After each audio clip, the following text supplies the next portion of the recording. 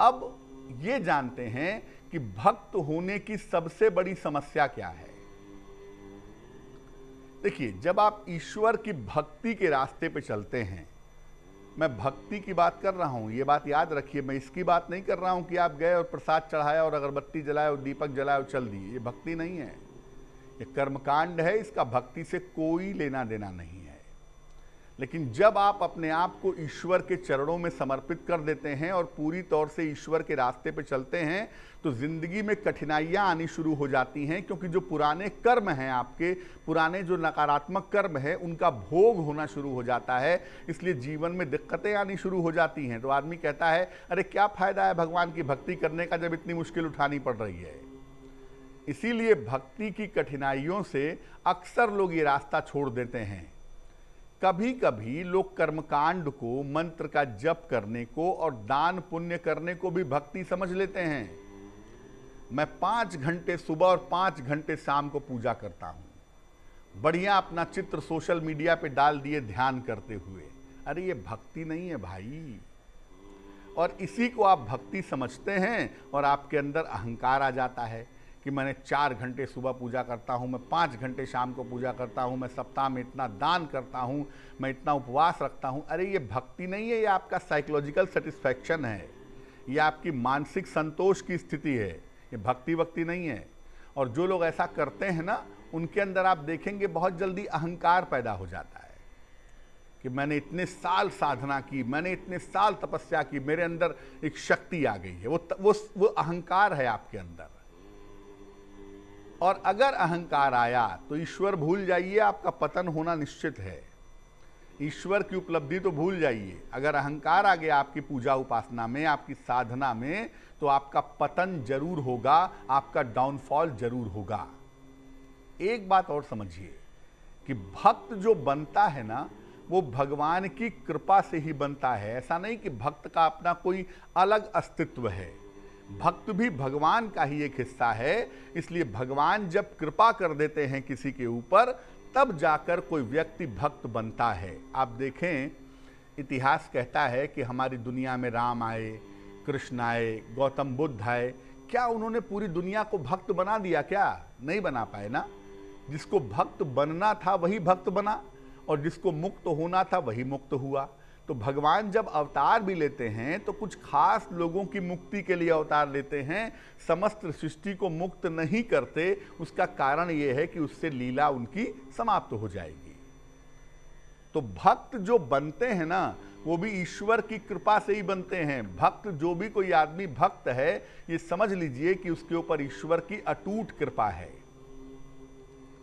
भक्त कैसे ये जाने कि हम भक्त हैं या हम दिखावा पसंद हैं? भक्त होने के लक्षण क्या हैं? कौन सा व्यक्ति कैसे भक्त होता है? जिसके जीवन के हर कार्य का उद्देश्य ईश्वर हो, वही भक्त होगा।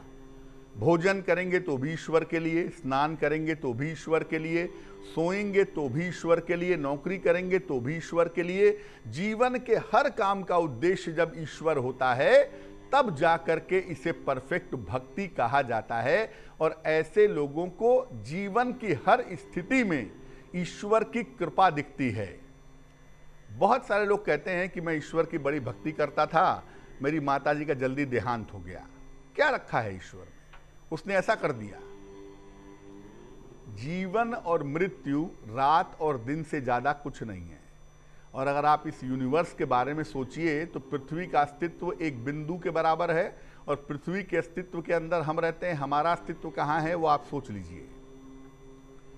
खैर, जो भक्त होते हैं उन्हें हर स्थिति में ईश्वर की कृपा दिखाई देती है और वो आनंद मग्न रहते हैं। और भक्त अपने किसी भी उद्देश्य की पूर्ति के लिए भगवान से प्रार्थना नहीं करते। भक्त ये नहीं कहता कि मेरे लड़के को पास करा दो, मुझे बीमारी हो गई है, मुझे मुक्ति दे दो। रामकृष्ण परमहंस को जब गले का कैंसर हुआ तो उन्होंने ये नहीं कहा माँ काली से या भगवान से कि मेरा गला ठीक कर दो, वरना वो कर सकते थे, लेकिन कहा नहीं ना। तो भक्त अपनी इच्छा के लिए भगवान से प्रार्थना नहीं करता। हालांकि भगवान अक्सर ऐसा करते हैं कि भक्त के लिए विधि का विधान बदल देते हैं। ये भगवान खुद से करते हैं। इसीलिए भगवान को हरि कहा जाता है। हरि माने हरति पापम इत्यर्थे हरि, जो पापों का हरण कर ले वो हरि है। भगवान खुद अपने भक्तों के पाप चुरा लेते हैं, इसलिए उनका एक नाम हरि है। लेकिन भक्त कभी नहीं कहता कि भगवान मेरे कष्ट को दूर कर दो, मेरे पापों को चुरा लो। भक्त कभी ये सब नहीं कहता। और एक बात जान लीजिए, अगर कोई वास्तव में भक्त है ना, ईश्वर के मार्ग पर चलता है, तो उसके साथ आने से ही ईश्वर की कृपा का अनुभव होने लगता है। कोई ऐसा व्यक्ति जो ईश्वर के मार्ग पर चलता हो, आप देखकर उसे नहीं पहचान पाएंगे कि वाकई में वो ईश्वर के रास्ते पर चलता है। लेकिन जब आप उसके साथ बैठेंगे, उससे बातें करेंगे, उसके साथ खाएंगे पिएंगे, तो आपको एक अलग सी आनंद की अनुभूति होगी। भक्त के अंदर से ईश्वर प्रस्फुटित होते हैं, ईश्वर की तरंगे निकलती हैं, इसलिए जो भी भक्तों के संपर्क में आता है उसे बड़े आनंद का अनुभव होता है। भक्त को आप पहचान सकते हैं कि आपके अगल बगल में कौन भक्त है। जब आप उसके साथ बैठेंगे ना, आपको मन में लगेगा कि ये आदमी बैठा रहे तो कितना अच्छा हो। अब बहुत सारे रास्ते हैं ईश्वर को पाने के लिए। ईश्वर को पाने का सर्वोत्तम रास्ता कौन सा है, सबसे सरल और सबसे प्रभावशाली तरीका कौन सा है, जिससे हम ईश्वर की तरफ चलेंगे, ईश्वर की तरफ बढ़ेंगे। देखिए, मैंने पहले भी कहा कि भक्ति का हर रूप, हर स्वरूप ईश्वर तक पहुंचाता है। आप किसी भी ट्रेन जा रही है दिल्ली से कोलकाता, आप किसी भी डिब्बे में बैठें, आप एसी में बैठें, आप जनरल में बैठें, आप पीछे लटक जाएं माल वाले डब्बे में, लेकिन फिर भी पहुंचेंगे तो कोलकाता ही। ये बात अलग है कि जो एसी में बैठेगा उसे कंफर्ट ज़्यादा मिलेगा, जो जनरल में बैठेगा उसे कम मिलेगा, जो माल में बैठेगा उसे और भी कम मिलेगा, लेकिन पहुंचेंगे वहीं, पहुंचेंगे कोलकाता ही। इसलिए ईश्वर का हर रूप, हर स्वरूप और हर तरीके की भक्ति ईश्वर तक ही पहुंचाती है। लेकिन कीर्तन के मार्ग को हम सबसे सरल और सबसे प्रभावशाली कह सकते हैं। कीर्तन एक ऐसा रास्ता है ना कि जब आप दोनों हाथ ऊपर उठा करके कीर्तन करते हैं तो भगवान बाध्य हो जाते हैं आपका हाथ पकड़ने के लिए।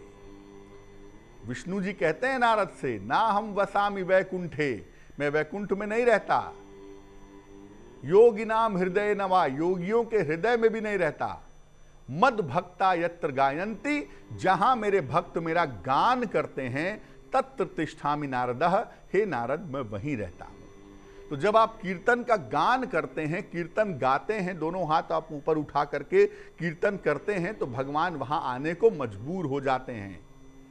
और कीर्तन का रास्ता ऐसा रास्ता है जो बहुत जल्दी आत्मा और मन की उन्नति कर देता है, साथ ही साथ बहुत सारे लोगों को ईश्वर के मार्ग पर ला सकते हैं। अगर कीर्तन करते हैं, 2 लोग, 4 लोग, 10 लोग, 20 लोग मिल करके अगर कीर्तन करते हैं, तो उससे ईश्वर की तरंगों का अनुभव जल्दी हो सकता है। ये जो सोशल मीडिया पे अपनी पूजा करते हुए फोटो डालते हैं ना, या अपने मंदिर की फोटो डालते हैं, या ध्यान करते अपनी फोटो डालते हैं, ये सब बंद करिए। अगर आप ऐसा कर रहे हैं तो ये भक्ति भी नहीं है, पूजा भी नहीं है, ये तो दिखावा है। भजन और भोजन बड़ा गोपनीय होना चाहिए। और जो लोग भजन और भोजन का प्रदर्शन करते हैं वो सिवाय मूर्खता के और कुछ नहीं करते।